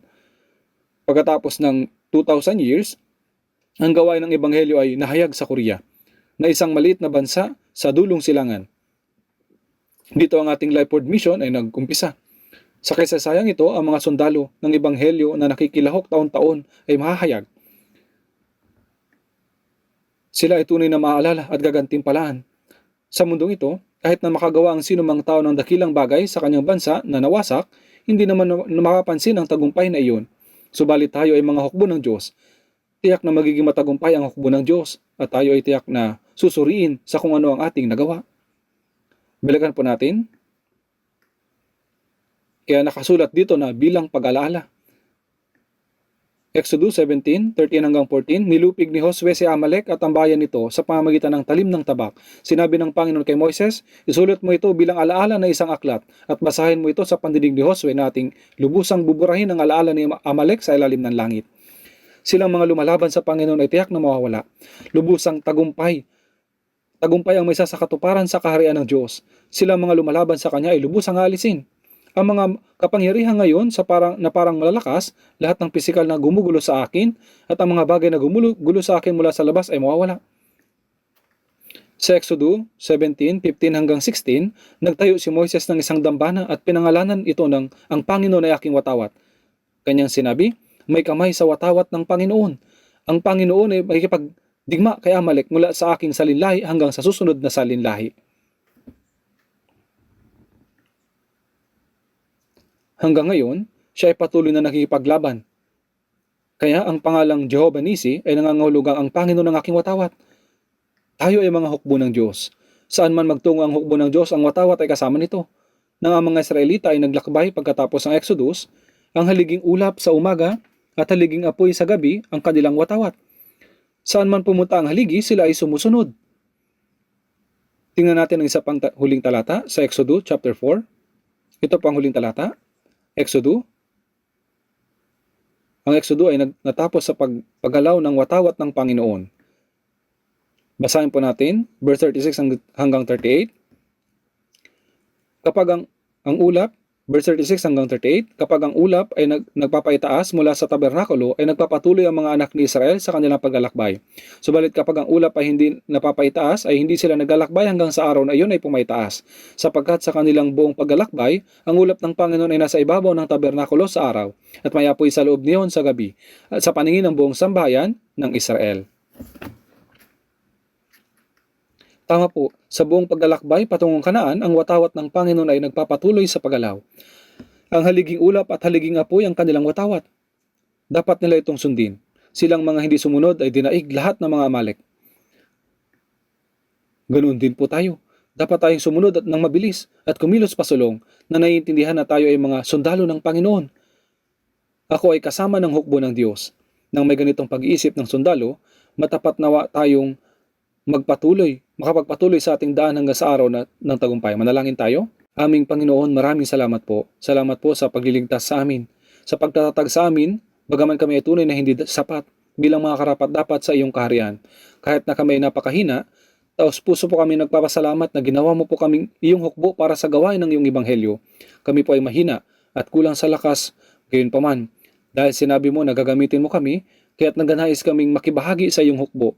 Taimtim kaming dumadalangin na ang summer retreat na ito, na espiritual na digmaan kung saan ang iyong gawain ay sinasagawa ngayon, ay maitawa nawa bilang kasaysayan ng iyong tagumpay. Para sa layuning ito, pakiusap, samahan mo po ang mga evangelist na nagpapahayag ng iyong salita at kasama ng mga banal na sama-samang nagpapagal at nananalangin ng tapat sa likod ng mga gawain.